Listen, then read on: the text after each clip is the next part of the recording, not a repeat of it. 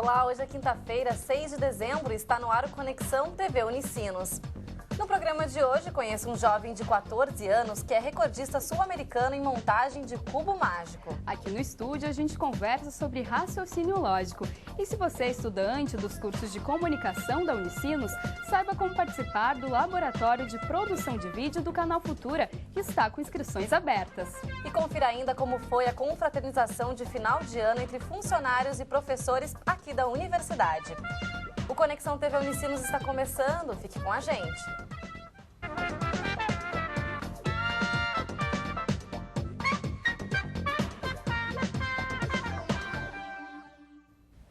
Criado nos anos de 1970 na Hungria, o cubo mágico é um dos quebra-cabeças mais conhecidos do mundo.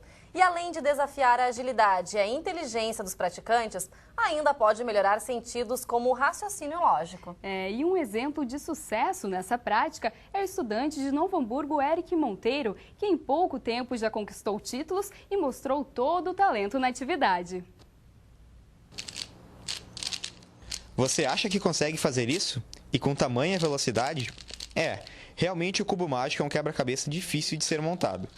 Talvez nem tanto para esse estudante de Novo Hamburgo. Começou com um amigo na escola, que ele trouxe um cubo na aula e eu comecei a me interessar. Eu fui procurando em sites na internet, aí depois minha mãe me deu o primeiro cubo profissional. Eric, de 14 anos, conheceu o cubo mágico há pouco mais de 2 anos e já é um competidor reconhecido nesse jogo. Ele coleciona marcas como o recorde brasileiro no cubo 6x6, quando levou 2 minutos e 56 segundos para montá-lo. Já na modalidade 7x7, quando competiu com jogadores da América do Sul, o tempo de 4 minutos e 13 segundos deu a ele o grande prêmio na categoria. O tradicional, que é o mais famoso, é o 3x3, que tem 3 fileiras por 3. Aí depois tem o maior, que é o 4x4, que deve ser um dos mais famosos também, 2x2, que ele já é o menor. E o meu preferido seria, na verdade, 7x7, né? Que eu fui campeão sul-americano. Além da chance de participar de campeonatos, a prática do cubo trouxe ao estudante outro importante benefício: o desenvolvimento da memorização e do raciocínio lógico. Eu acho que ajudou mais na memorização das fórmulas até em matemática, lá na escola, que ajudou para os cálculos, as fórmulas, decorar. Acho que ficou mais rápido para mim entender. No começo já é memorizar as fórmulas, né? Pra tu saber como montar, mas depois é só treino. Tu só tem que treinar para ficar bom. É claro que para o início do envolvimento com a atividade, foi necessária aprovação e apoio da família. Afinal, quando se pensa profissionalmente, este não é um esporte barato. Um cubo profissional 3x3, por exemplo, custa em média R$ 70. Eric tem cerca de 25 modelos do quebra-cabeça, e alguns nem mesmo têm forma de cubo, como o Pyraminx, que tem forma de pirâmide.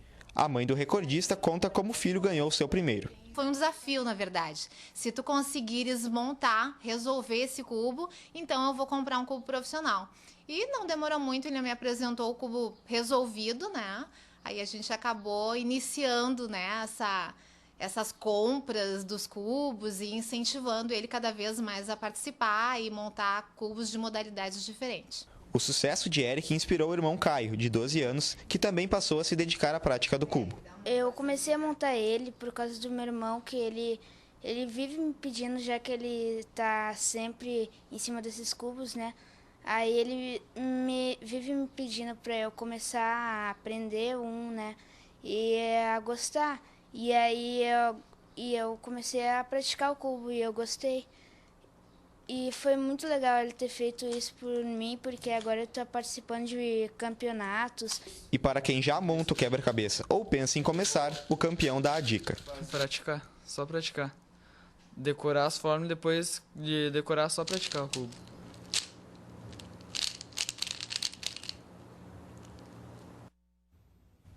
Bacana. E para os apaixonados por cubo mágico, como o Eric, existe até uma página no Facebook que reúne dicas e tudo sobre o jogo. É o facebook.com/Cubo Mágico Brasil. E como a gente viu na reportagem, Priscila, o cubo mágico é um jogo que exige uma certa habilidade para que a pessoa consiga ordenar todos os lados do cubo de forma correta. E essa parece ser uma tarefa não muito fácil, né, Priscila? É verdade, confesso que eu já tentei montar, mas não consegui. Eu também, a mesma coisa.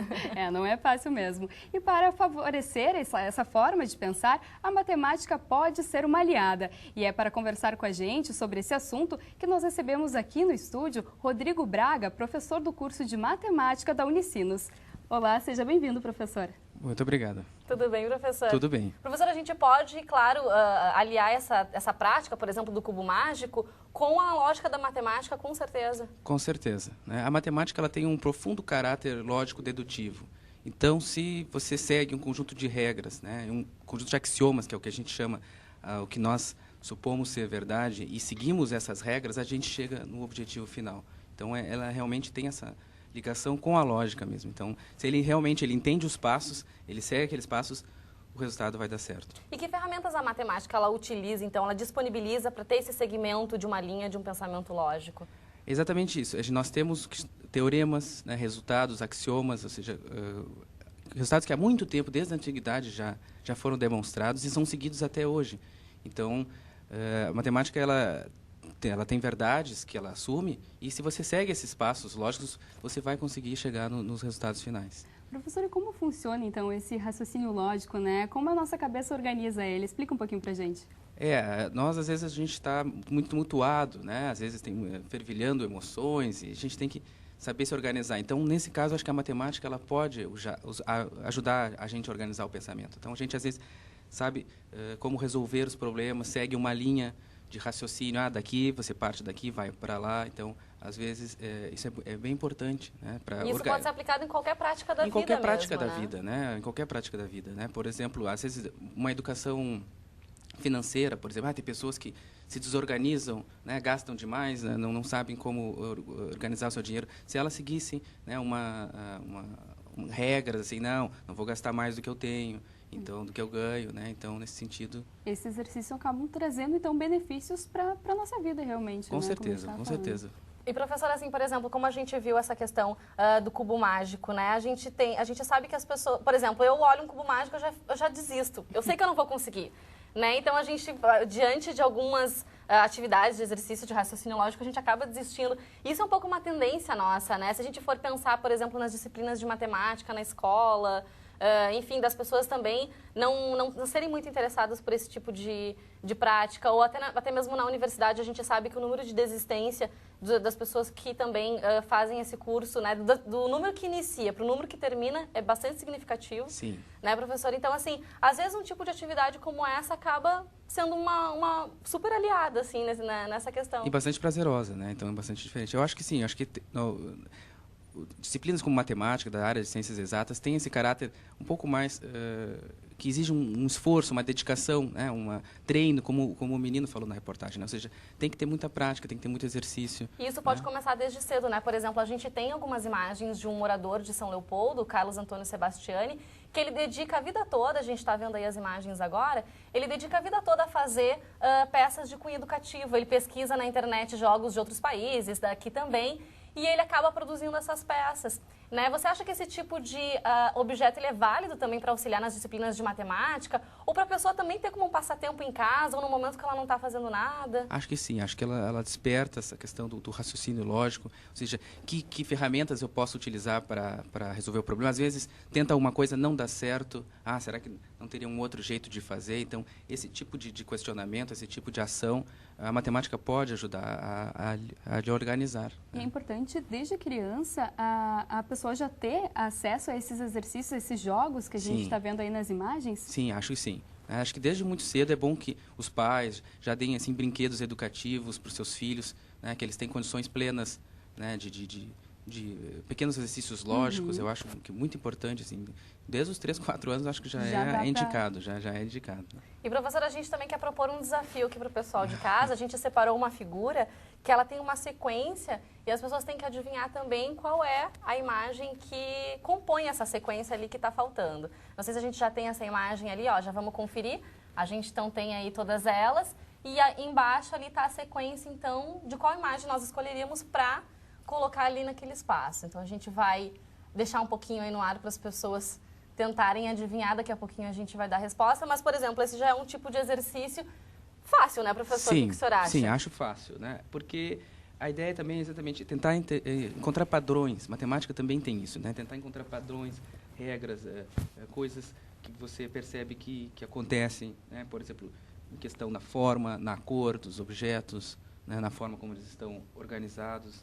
Né? Então, isso é bem importante. Né? Bom, então a gente vai deixar mais um pouquinho para ver se o pessoal vai conseguir responder, né? E a gente pode voltar agora para o estúdio, depois a gente dá essa resposta, porque o professor também aqui nos bastidores, ele acabou fazendo um desenho pra gente. A Priscila está até segurando aqui, porque ele também quer propor outro desafio, né, professor? É verdade. Explica pra gente, ali, a gente está vendo que tem 3 círculos, né, um pequeno, um médio e grande.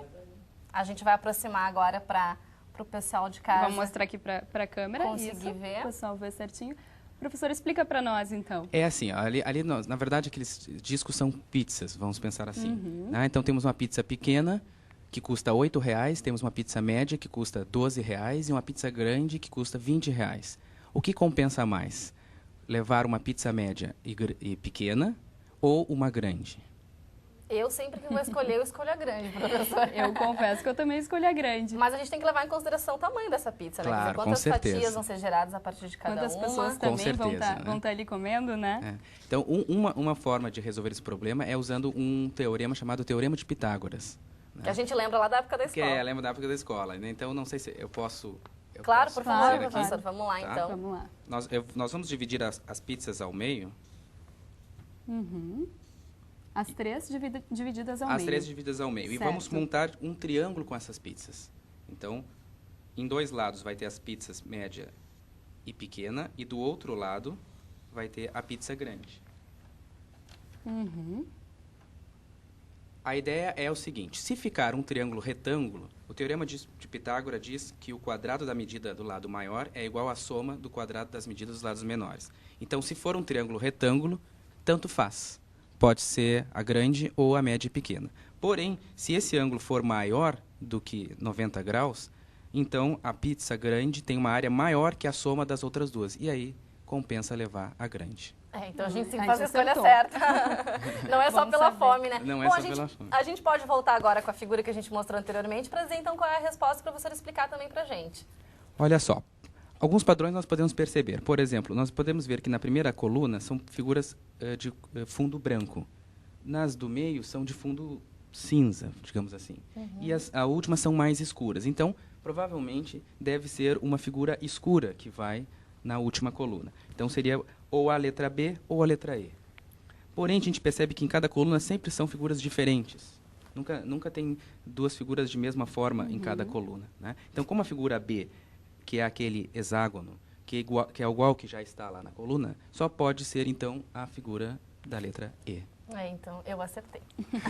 É importante bem essa questão de a gente organizar o nosso pensamento, né, professor? Claro. Como você começou ali para resolver a questão. Exatamente. Né? Então, é isso que eu digo. A matemática, ela te proporciona essas formas de pensar, né? Em padrões, em regras. Eu percebo cores, eu percebo formas. Né? Então, isso ajuda muito. E é bem prazeroso quando a gente acerta a resposta também, com né? certeza. Né? É um Isso momento bem é um bom. outro quesito motivador, né? De querer achar a resposta, né? De querer achar a solução. Né? Já falando em quesito motivador, e o senhor também comentou anteriormente essa questão da desistência também que existe, não só na sala de aula, mas também posteriormente de quem vem estudar uma graduação ligada à matemática. Mas por que isso acontece tanto? Quer dizer, de repente, o método como a matemática é ensinada não é tão interessante? Como é que a gente pode tentar entender essa questão? Eu acho assim, a matemática ela exige bastante esforço, assim, ela não vem fácil, assim, né? Mas eu acho que tudo começa, assim, com um bom trabalho do professor, sabe? Um professor que é motivador, que tem um prazer em ensinar, tem um desejo autêntico de transmitir aquele conteúdo, ele instiga, ele motiva os seus alunos, né? E, claro, o aluno também tem que, dali, fazer a sua parte, né? Ou seja, procurar também resolver os problemas, né? Não ver uma aula de matemática como se fosse assistir um filme ou ler um livro, né? Não, ela exige que você faça a sua parte, que você treine, né, mais. Né? É com esse treino que vem as habilidades e as competências. Isso tudo é muito bom para a gente exercitar a nossa memória, exercitar Com a nossa certeza, mente. Né? Assim como outras práticas que existem aí, que a gente acabou não comentando, mas até palavras cruzadas, enfim, passatempos. Exatamente. Né? E você recomenda, professor, as pessoas fazerem em casa, né? Que nem a gente Claro, qualquer um, cruzadas. né? Qualquer um, né? Não tem que ser um gênio da matemática, ou seja, qualquer um de nós pode fazer esses exercícios. Tá certo, professor. Muito obrigada pela tua presença e agradeço pelas informações. o convite. Tá Obrigada. Bom. Muito obrigado. Obrigada. E se você é estudante de comunicação da Unicinos, fique atento. No próximo bloco, vamos mostrar como é possível participar do laboratório de produção de vídeo do canal Futura da Fundação Roberto Marinho. A experiência acontece no início de 2013, no Rio de Janeiro. Não sai daí, a gente já volta.